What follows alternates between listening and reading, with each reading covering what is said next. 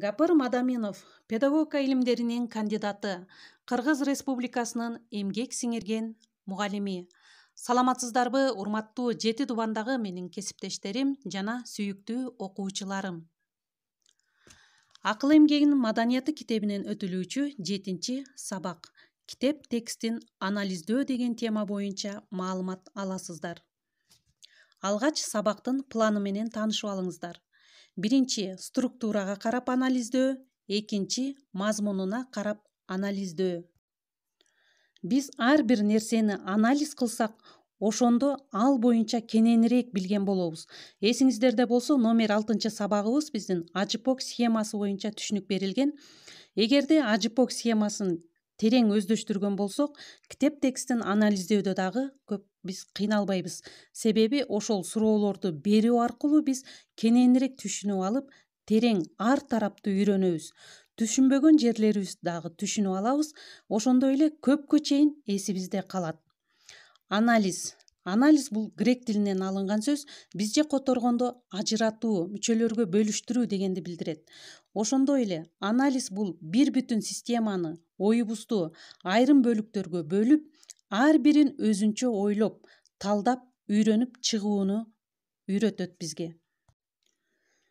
Биринчи структурага карап анализдөө. Тема, бөлүм, бөлүк, подтема, бет, абзац, ошондой эле сүйлөм, сөз, суроо, тапшырма.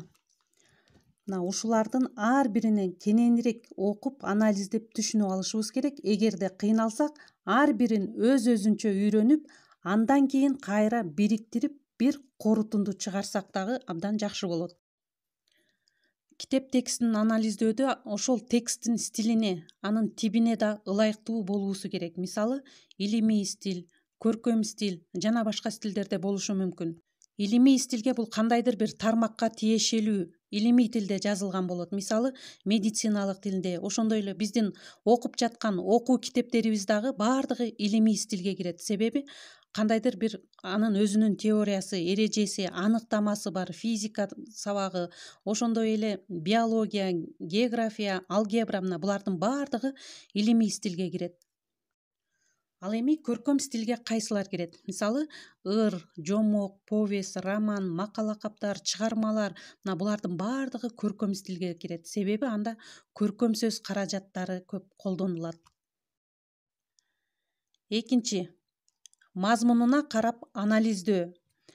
Баш сөзү, негизги бөлүгү, ой, мазмунун табышыбыз керек ошол тексттен, анын карама каршылыгын, себеп натыйжасын, окуянын, кубулуштун өнүгүшү, ошондой эле оң терс каармандар, алардын таасири, натыйжасы, ушуларды биз кенен өздөштүргөн болсок, китеп текстин анализдеген болобуз.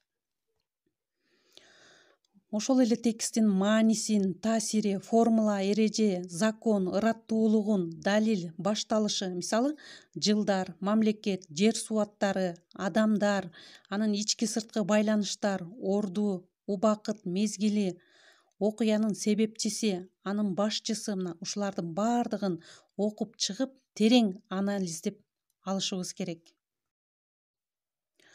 Ошондой эле окуя кубулуштун башталышы, анын өнүгүшү, акыркы натыйжа, маанисин, белгилүү бир инсандар, алардын ролу,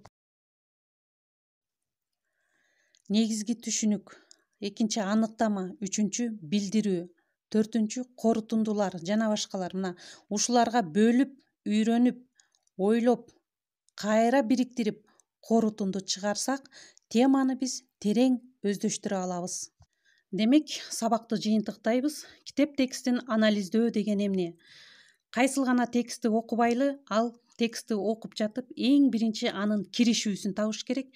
Ошол текстте киришүү деп жазбаса дагы, биз ошону окуп жатып эле өз алдынча бөлүп алышыбыз керек. Эң биринчи кайсы гана текст болбосун, анын киришүү бөлүгү болот, негизги ою, мазмуну болот, карама каршылыгы жана себеп натыйжалыгын таба алсак, биз китеп текстин анализдеген болобуз. Слайдты даярдаган Салтанат Бейшенова, Талас облусу. Көңүл бурганыңыздарга Чоң рахмат. Кийинки сабакта кездешкенче сак саламатта болуңуздар.